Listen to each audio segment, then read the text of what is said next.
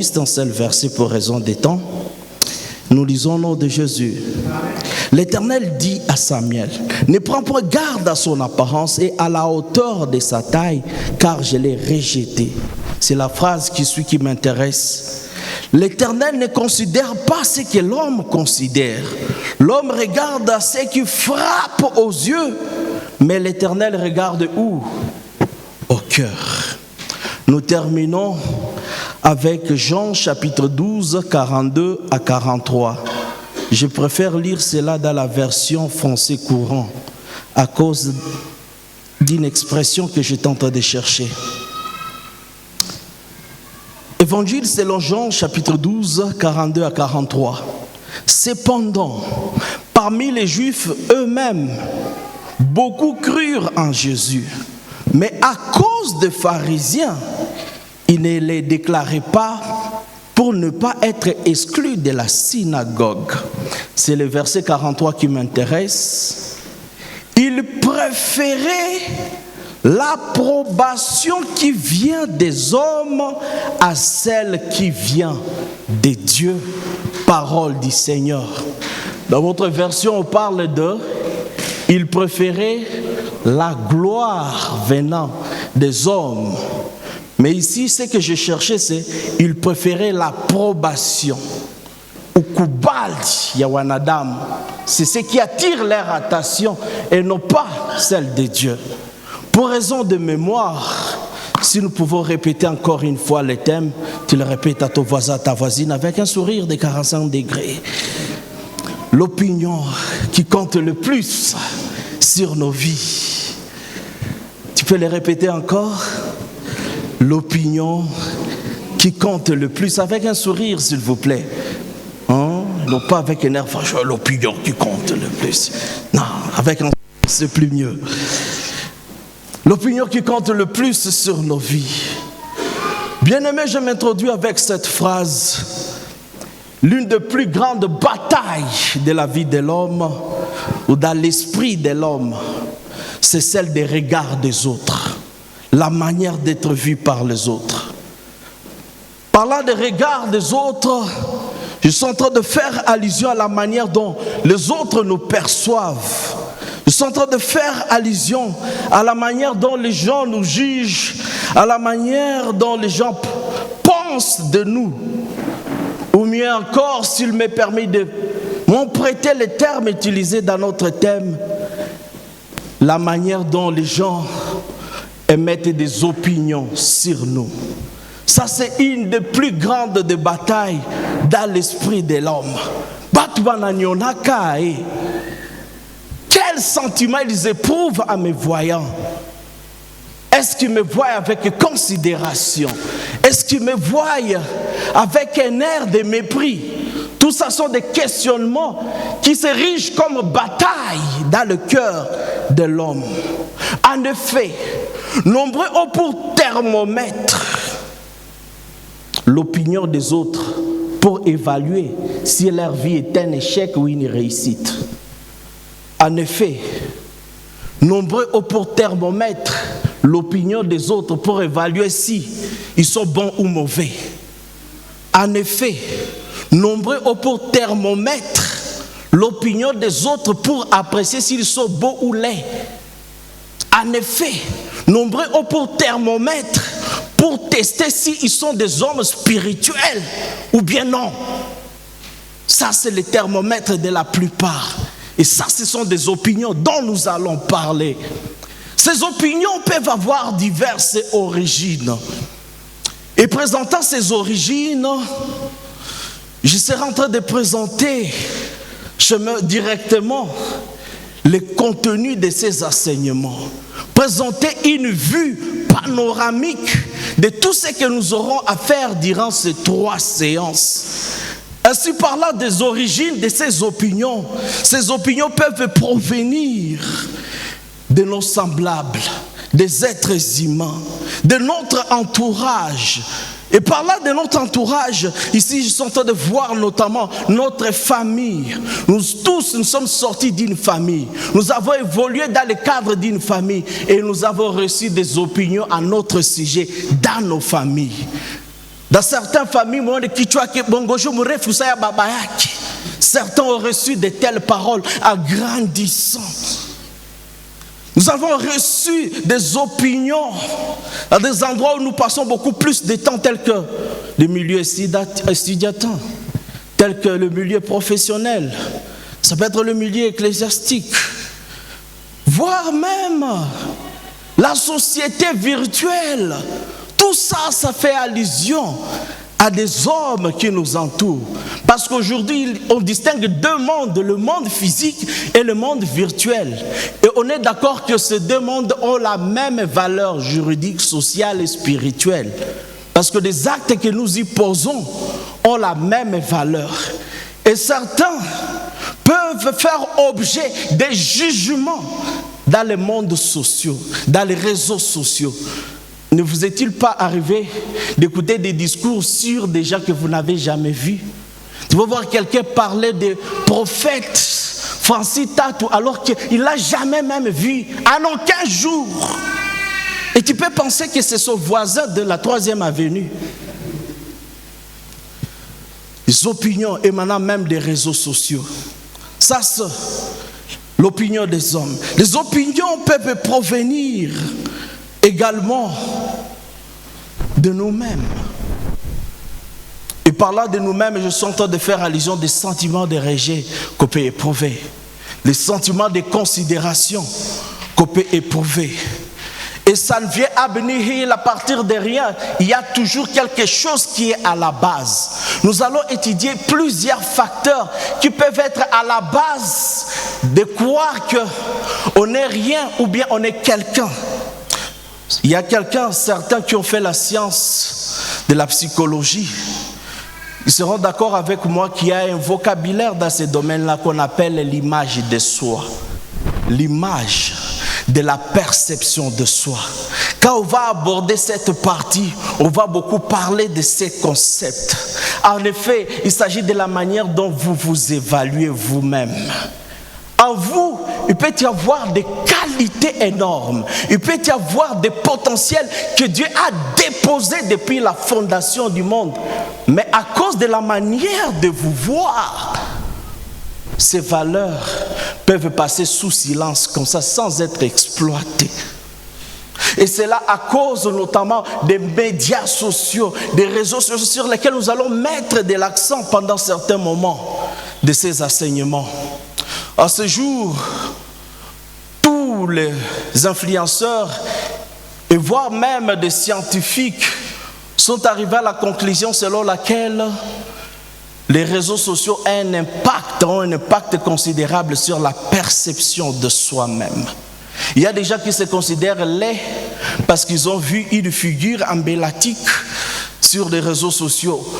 En fait, dans les réseaux sociaux, nous retrouvons des influenceurs qui vous présentent par exemple les standards de la beauté. Ah, c'est lui ou celle qui est beau. Pour les femmes, vous allez écouter cette expression, moi n'amouke ni forme. Ah, qui a écouté cette phrase un jour, soit sur TikTok, soit quelque part. Et toi, quand tu vois, tu écoutes, tu te regardes dans les mémoires, tu dis apparemment Dieu a commis l'erreur quelque part sur ma personne. Et ça détruit votre manière de vous percevoir. Dans tout cela, la manière dont vous êtes en train de vous évaluer, il faut tenir compte de quelle opinion est-ce. Un jugement qu'on a vis-à-vis de soi-même ou bien on doit tenir d'une quelconque autre opinion. L'opinion peut provenir également de Satan lui-même. Le diable peut avoir quelque chose à nous dire. Le diable peut vous peindre votre passé alors que vous venez de vous repentir de votre péché. J'ai constaté qu'il y a eu certaines personnes qui ont refusé de venir servir le Seigneur parce que tout simplement, le diable leur a présenté leur passé. Et ils ont dit, comme les catholiques nous le répètent, si stahili. J'aimerais dire à quelqu'un, on est stahili. Ton passé, ça appartient au passé. Le Seigneur a pris ta vie passée, en a fait un brouillon et t'a donné une nouvelle page sur laquelle tu dois commencer une nouvelle histoire avec lui. le diable aura à te dire des choses, s'aimer la culpabilité dans ton cœur. C'est pourquoi on l'appelle accusateur. Il t'accusera de temps en temps, mais il y a une opinion qui compte le plus. Parmi les opinions, il y a également ce que nous appelons les circonstances et les événements de la vie. Bien-aimés dans le Seigneur, il y aura un moment où vous allez voir des événements vous dire des choses et vous serez en train de faire juste une lecture de ce que vous disent ces événements. Il y aura des événements qui vont vous dire tout est terminé. Il y aura des événements qui vont vous dire ça n'est fini pour vous, il n'y a plus d'espoir. Quand j'ai lu les Actes des Apôtres 27, verset 20, Paul, avec ses équipiers, ont connu la tempête qui a duré 2 semaines. Dit-on que la tempête s'est déversée sur le bateau et ils ont évacué tout ce qui était dans le bateau. Ils ont jeté ça dans la mer. Et écoutez la parole qu'ils ont prononcée. Et nous perdîmes tout espoir d'être sauvés. En fait, cette parole n'est pas venue d'eux, c'était à la lecture des circonstances. Les eaux qui montent, et la manière dont on décrit dans les textes, on dit qu'on n'avait vu ni le soleil, ni les étoiles. Place-toi dans cette situation. Ni le soleil, ni les étoiles. Donc, ils voyaient la parole « RIP ». C'était ça qu'ils voyaient. Il n'y a plus d'espoir. Vous allez connaître des événements qui vont vous dire RIP. Mais il y a une opinion qui compte le plus dans ces événements. J'aime cette citation qui nous dit « Les situations difficiles n'effacent pas la promesse du Seigneur. » Mais malheureusement, toutes les fois que nous traversons des moments très difficiles, nous devenons amnésiques par rapport à la parole que le Seigneur nous a dite. Oui, les circonstances peuvent avoir des discours à nous prononcer, mais il y a une opinion dont on doit tenir compte. C'est ce que nous allons examiner aujourd'hui. Et afin, au-delà des opinions que je viens de vous présenter, il y a une autre opinion qui est celle de Dieu. Oui, les hommes peuvent parler. Oui, la société peut nous prononcer des opinions. Oui, certaines opinions peuvent venir de nous. Oui, les événements peuvent prononcer certains discours. Mais hélas, Dieu aussi a son discours sur toutes ces choses. Alléluia. Au-delà de toutes ces opinions, Dieu a aussi quelque chose à dire par rapport à toutes ces opinions. Et notre quête dans ces enseignements, c'est d'examiner quelle est l'opinion dont on doit tenir compte dans tous les discours que nous pourrons attendre. Ces enseignements se proposent 2 grands objectifs. Premièrement, c'est d'amener le peuple de Dieu à mener une vie authentique devant Dieu et devant les hommes. Pourquoi cela?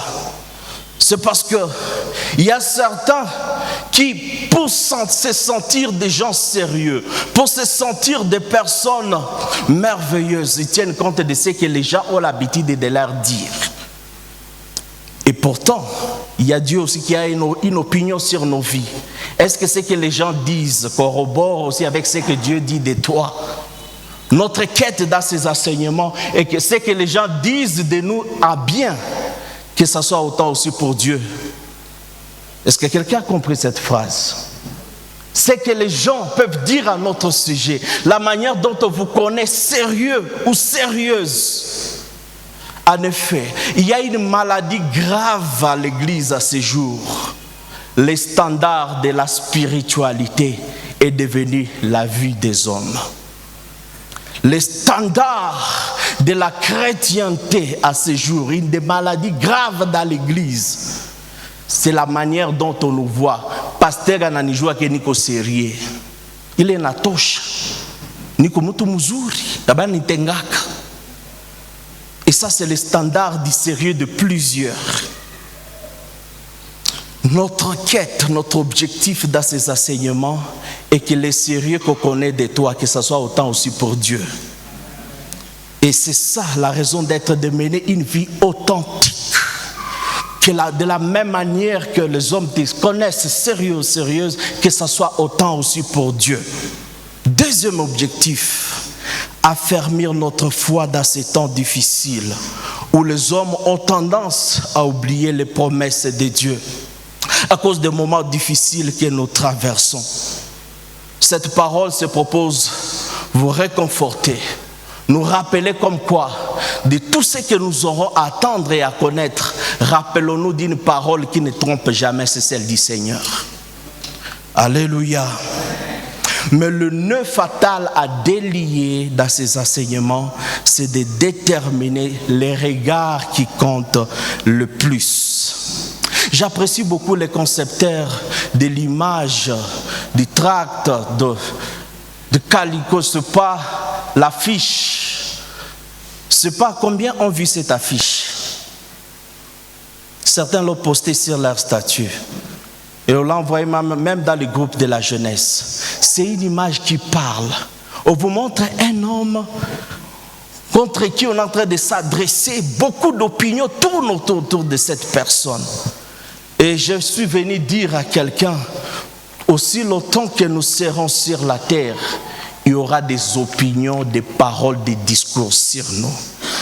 Tant que nous serons sur la terre, pour ceux-là qui écrivent, retenez bien cette première vérité dans le cadre de nos enseignements. Tant que nous serons sur la terre des humains, nous ferons objet de plusieurs opinions. Chacun de nous aura à prononcer et à nous voir de sa façon. Il y aura toujours une opinion vis-à-vis de nous. Des opinions seront divergentes. Qu'on soit bon ou mauvais, chacun aura sa lecture des faits par rapport à toi. Que tu sois orgueilleux ou humble, jusqu'à t'étendre même par terre ou dans la thune, il ne manquera pas quelqu'un qui pourra te dire « là, là, bien ». Là, la thune est bien. Il y aura toujours des opinions sur nous, que tu sois bon ou mauvais. Et c'est cette évidence que nous retrouvons dans Matthieu chapitre 16, versets 13 à 17, qui nous montre combien Jésus-Christ aussi n'a pas échappé à cette réalité que je suis en train de décrire. Il a été confronté contre plusieurs opinions, non seulement de la part de ses contemporains, mais aussi de la part de tous ceux-là qui sont venus après lui. Je suis en train de faire allusion même à cette génération. Vous allez constater qu'il y a eu des religions qui ont eu à prononcer des différents discours sur Jésus. Pour les uns, c'est le plus grand des prophètes. J'ai vérifié chez les hindous, on a dit que c'est le plus sage de tous les hommes. J'ai vérifié chez les musulmans, on l'a considéré comme un des plus grands des prophètes, mais pas Dieu. J'ai vérifié chez les témoins de Jéhovah, on m'a dit que c'est l'incarnation de l'ange Michael. J'ai vérifié dans l'église des Noirs, on m'a dit que c'est le Dieu pour les Blancs, pas notre Dieu. Chacun a eu une opinion particulière par rapport à la même personne, des différents discours. Et par rapport à ses contemporains, il pose la question à ses disciples, qui suis-je pour vous? Ils ont contourné la question, ils ont pris la réponse des autres. Les uns disent que tu es Jean-Baptiste, d'autres disent que tu es Élie, d'autres disent encore que tu es le prophète Jérémie.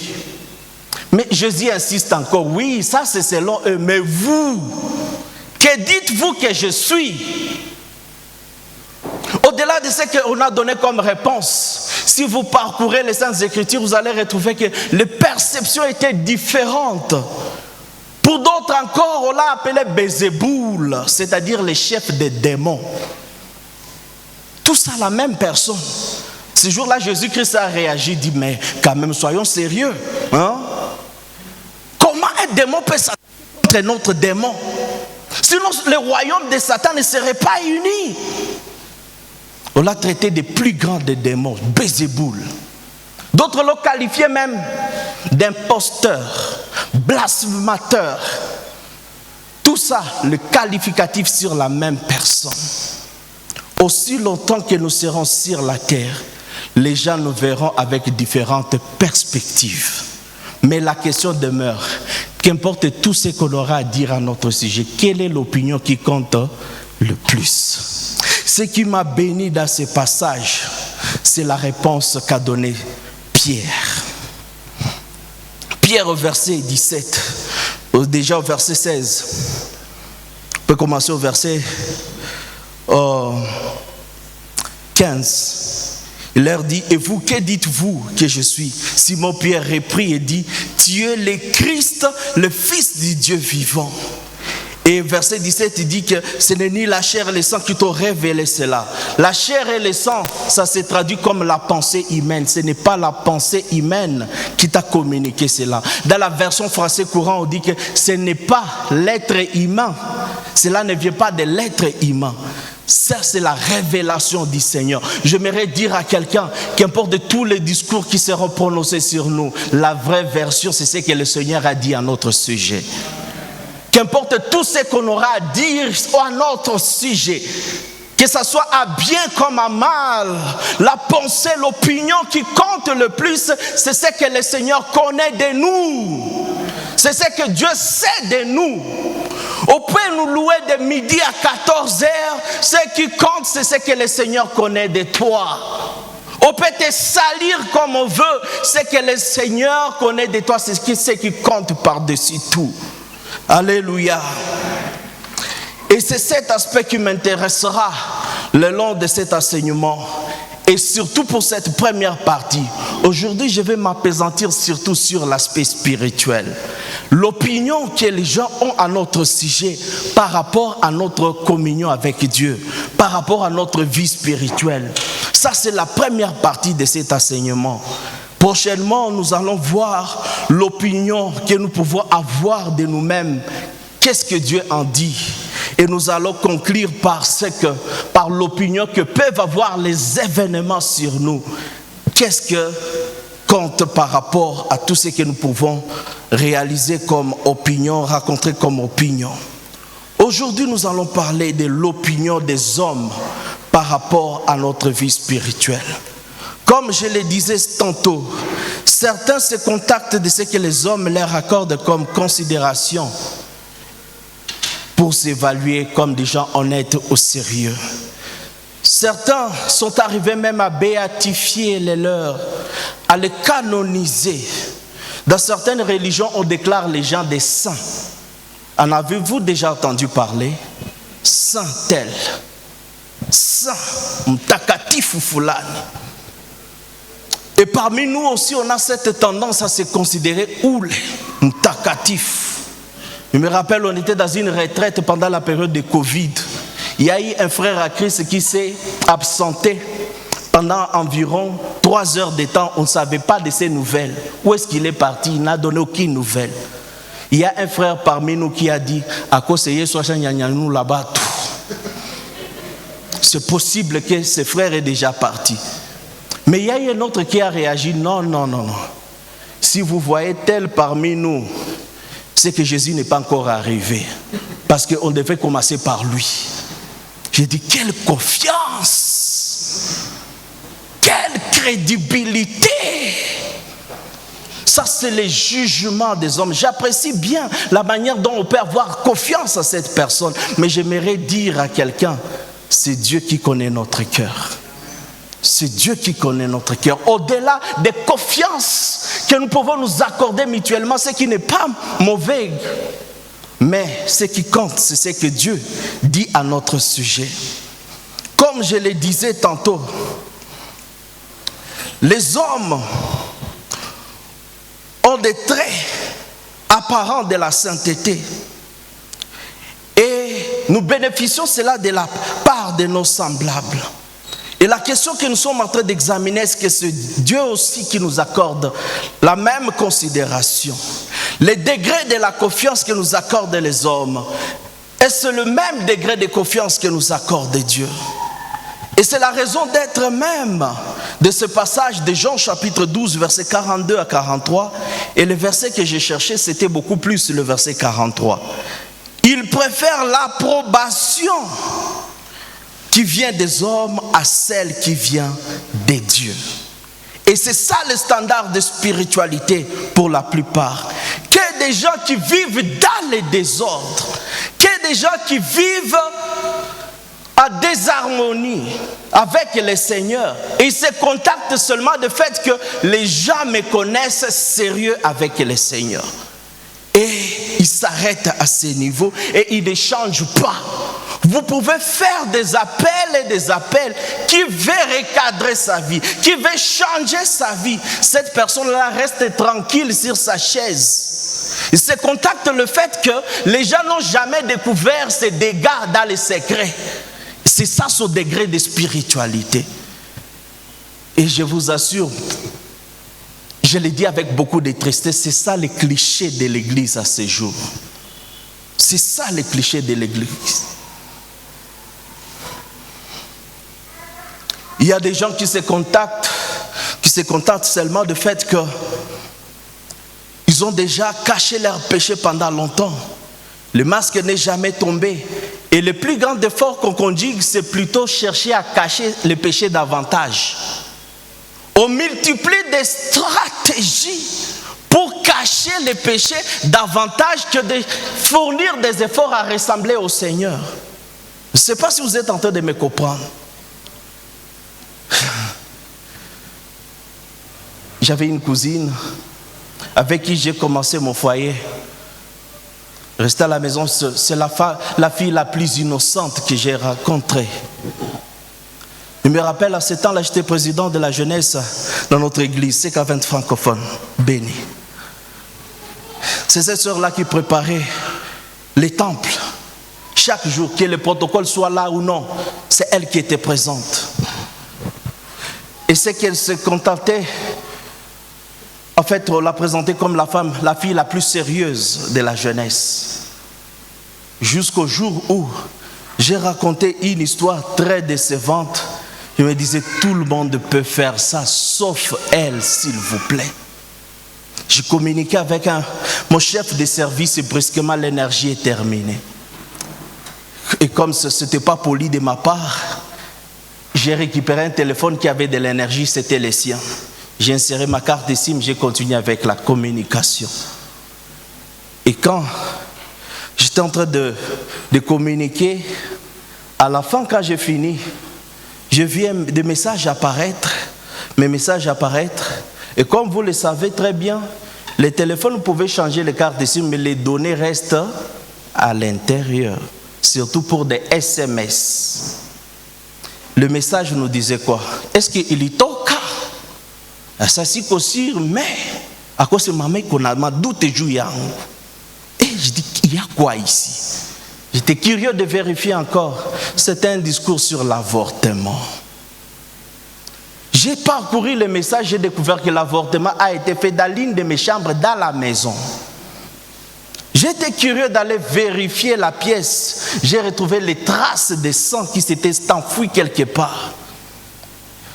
J'ai vu le numéro, c'était un étudiant que j'enseigne même à l'université.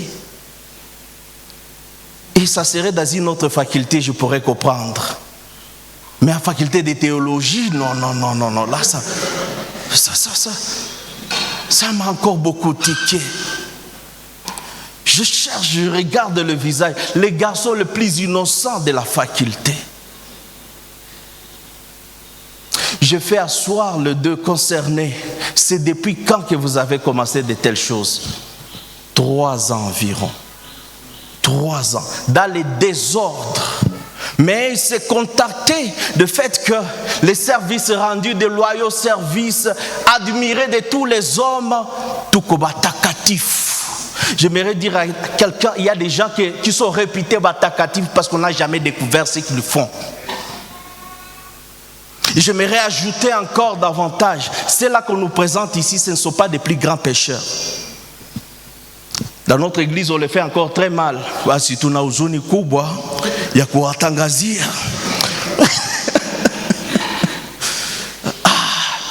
La façon dont la personne est mouillée, et puis au brisque, unalobana. C'est contacter de l'approbation des hommes et non pas celle de Dieu. On développe la crainte des hommes que celle de Dieu. C'est ça la maladie de l'Église à ce jour. Bien-aimés, il est temps que nous puissions avoir beaucoup plus peur de Dieu que de nos parents. Il est temps d'avoir peur beaucoup plus de Dieu que de nos enfants. Il est temps d'avoir peur de Dieu que du président de la jeunesse. Il est temps d'avoir peur de Dieu que ceux-là qui ont des autorités sur nous. Il y a des gens que nous avons pris comme des mentors. Et ces gens-là se contentent de cette considération et disent que nous sommes des modèles. Vous êtes des modèles parce qu'on n'a jamais découvert ce que vous faites en secret. J'ai donné le cours de droit commercial général il y a 3 semaines. Après ce cours, ça a été succédé des droits civils des personnes et des familles. Il y a un chapitre qui est consacré sur l'action à quête de la paternité. Quelqu'un qui ne connaît pas son père, qui ne connaît pas sa mère, peut bénéficier d'une action pour chercher son père, qui est son père, qui est sa mère. Et pendant ces enseignements, il y a une fille qui était touchée dans les cours. Elle va me voir après les enseignements. Elle va me dire qu'elle est bouleversée. Et Marc, comment faire? Est-ce qu'elle doit mettre en valeur cette action? Qu'est-ce qui s'est passé?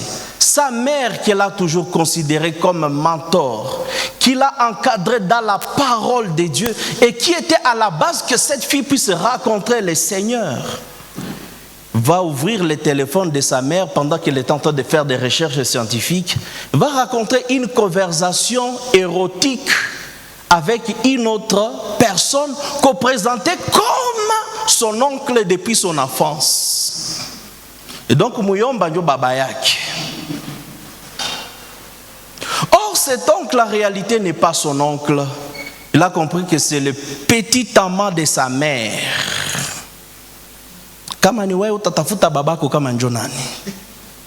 Alors, elle s'est posé la question si elle devait ouvrir une action en quête de la recherche de la paternité.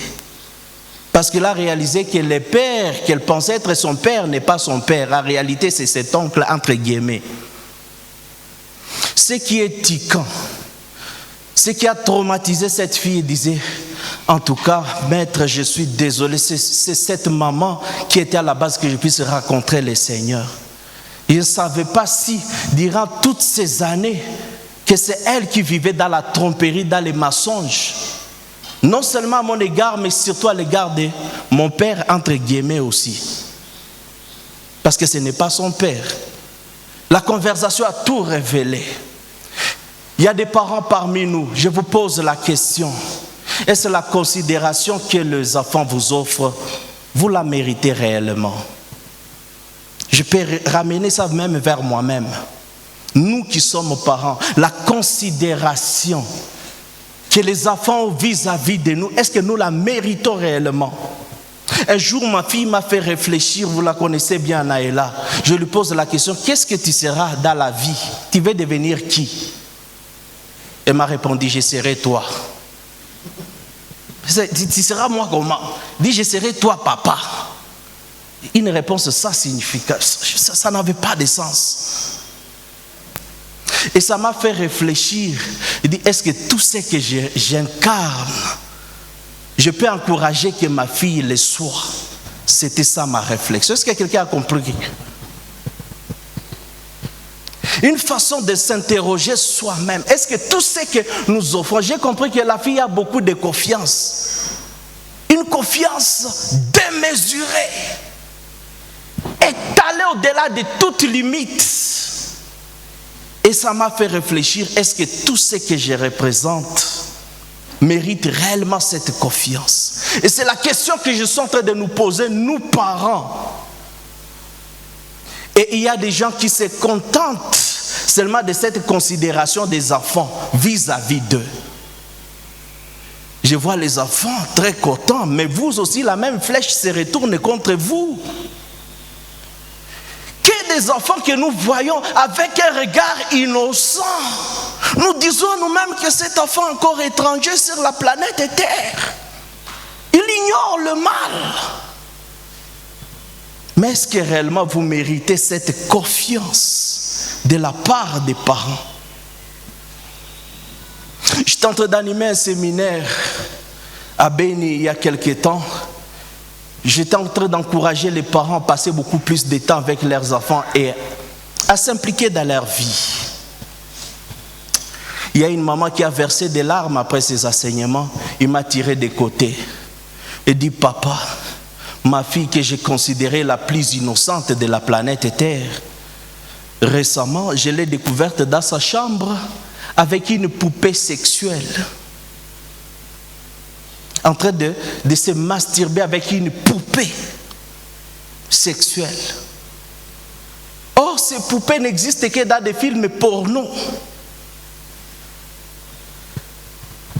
Et on lui pose la question de savoir où est-ce que tu as trouvé cette poupée. Il dit que c'est ma condisciple de la classe qui me l'a amenée. On est allé voir la condisciple. Où est-ce que tu as trouvé? Pendant mes vacances à Kampala, j'ai acheté ça.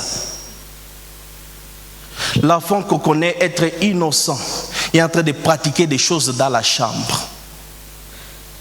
Il y a des gens qu'on connaît sérieux, mais engourdis dans l'alcool. Il arrive, il parfume bien sa bouche pour qu'on ne sache de rien de ce qu'il est en train de faire. Il y a des gens qui ont connu des hommes et des hommes, des femmes et des femmes. Et les parents savent que mon fils, ma fille est encore intacte. Ils profitent seulement de cette considération, de ces regards innocents avec lesquels on est en train de vous voir. Cela n'est pas suffisant. Qu'est-ce que Dieu connaît de toi réellement? Il y a environ 20 ans passés, je ne suis pas 15 ans, 20 ans environ, ce que j'ai bien calculé, c'est vers 2007, quand je venais d'arriver ici. J'étais en train de prêcher la parole dans certaines écoles de la CBK.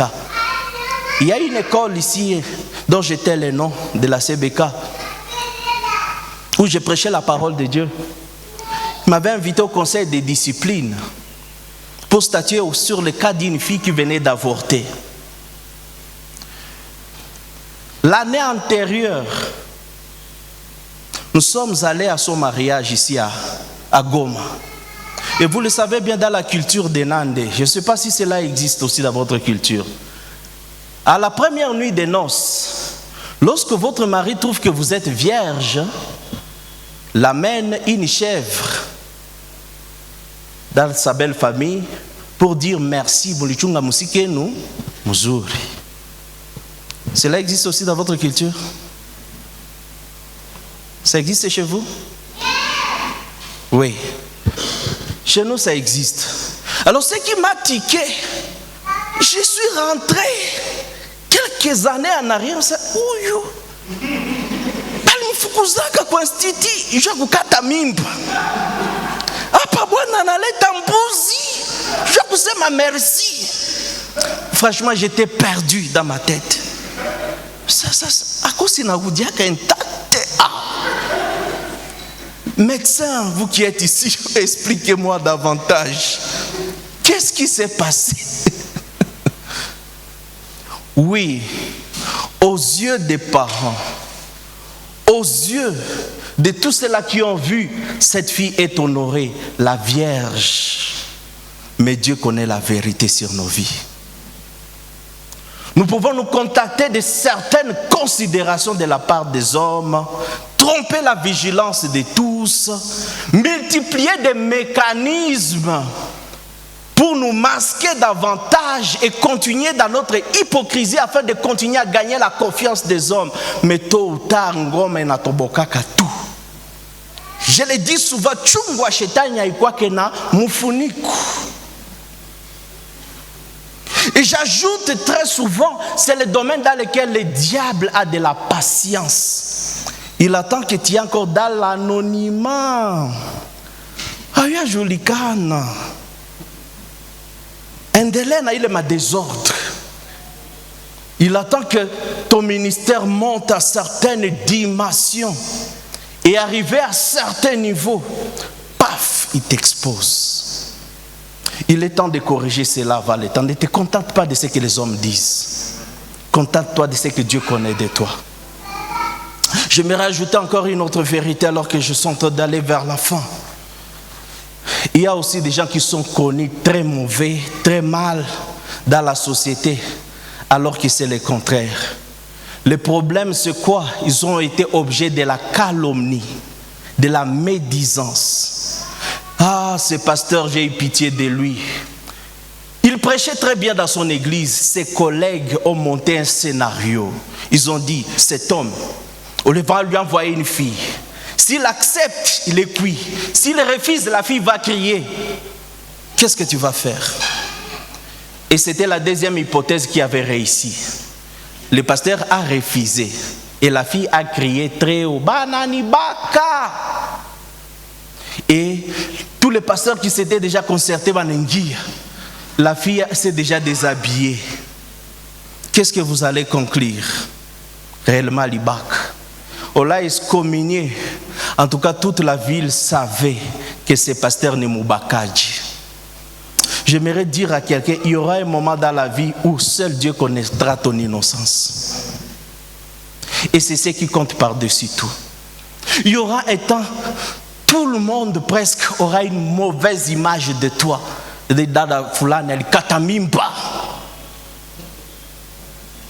Une fille dans notre université a maigri seulement pendant certaines périodes. Des gens qui la convoitaient, qui la jalousé, et la nouvelle s'est propagée partout. L'innocente qu'elle était.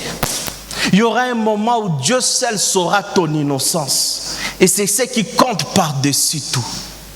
Pour de telles situations, vous qui êtes dans une telle situation, j'aimerais vous dire, confiez-vous au temps. Oui, les mensonges peuvent arriver avec l'encenseur, mais la vérité arrive sous les escaliers. Progressivement, le Seigneur va te restaurer. Si tu doutes, va demander à Joseph, il t'en dira plus. Il y a eu un moment où tout le monde a dit Joseph Moubakadji. Mais avec près des années, on a dit que cet homme est innocent. Jésus-Christ, on l'a accusé d'imposteur, on l'a accusé de blasphémateur. Mais il y a eu un jour, quelqu'un en train de confesser sur la croix, réellement celui-ci est le Fils de Dieu. Il y aura un moment, les gens vont donner la vraie version des faits sur ta vie. Et ce n'est que Dieu qui peut faire ça. Afin, alors qu'ils sont en train de conclure, à force de se contenter des témoignages des hommes, de l'approbation des hommes, la conséquence est telle que au ciel, il y aura des présences surprenantes et des absences étonnantes. Je répète ça. À force de se contenter de l'approbation des hommes, au ciel, il y aura quoi? Des présences surprenantes et des absences étonnantes. Moi, je suis shetani kabisa mu quartier. Shindikana. Allez demander à ceux de l'époque de Rahab. Wakati batamkutana mbinguni, ushakuwa mwasherati alikuwa na kije. Mais c'est elle qui a sauvé les enfants d'Israël. Le Seigneur l'a approuvé. Vous, hommes, vous allez considérer le passé, mais le Seigneur va considérer la vie qu'il a restaurée. Et c'est ce que le Seigneur peut faire pour quelqu'un. Quelqu'un peut se racheter aujourd'hui. Seigneur, souviens-toi de moi. Le Seigneur va considérer juste la partie que tu lui as présentée. Et le reste, ça ne l'intéresse plus jamais. Quelqu'un peut sauter sur une telle opportunité. Les gens de l'époque du voleur là sur la croix, je ne connais pas son nom. Ou le moyen basi usinisahau. Ses contemporains, lorsqu'ils le verront au ciel, c'est ma piso, iko uku. Piso, lui-même au paradis. Où on a vunja ma magasin bandit mais armé. Au ciel, il y aura des présences surprenantes.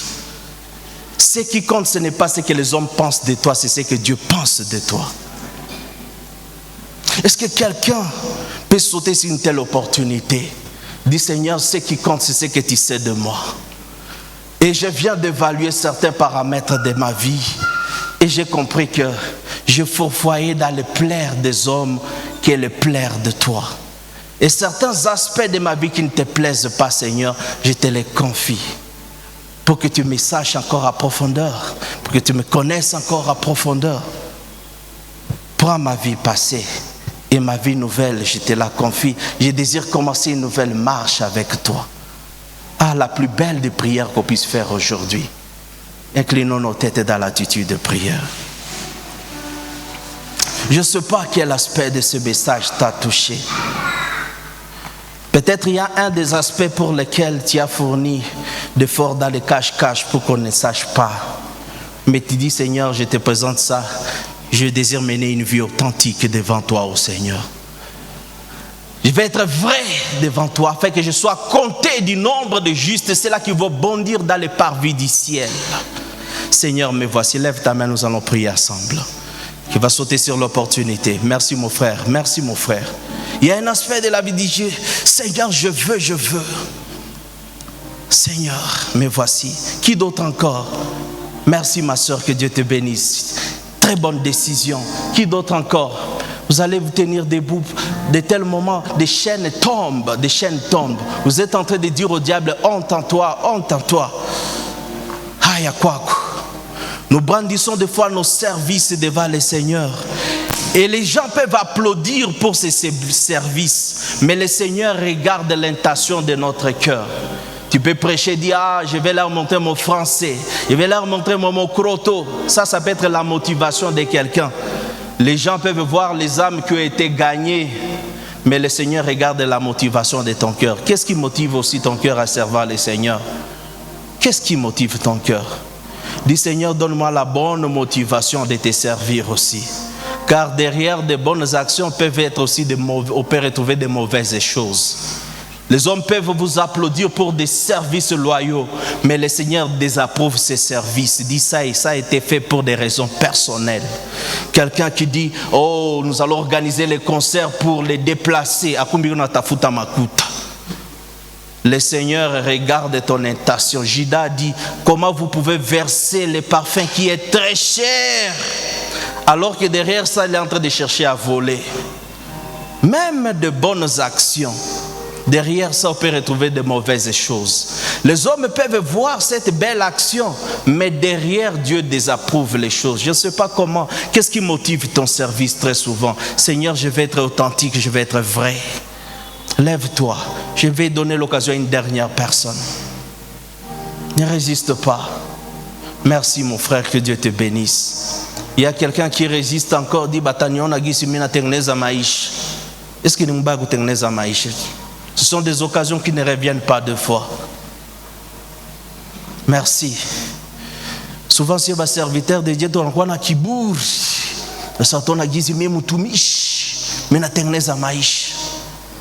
Or, des fois, nous sommes concernés par de tels messages. Notre casquette de serviteur de Dieu nous donne l'impression comme si on est sérieux avec le Seigneur. Et on se contacte de cette considération. Le Seigneur m'envoie nous dire que cela est insuffisant. Au-delà de ça, il doit nous approuver aussi. J'invite le président, priez pour nous.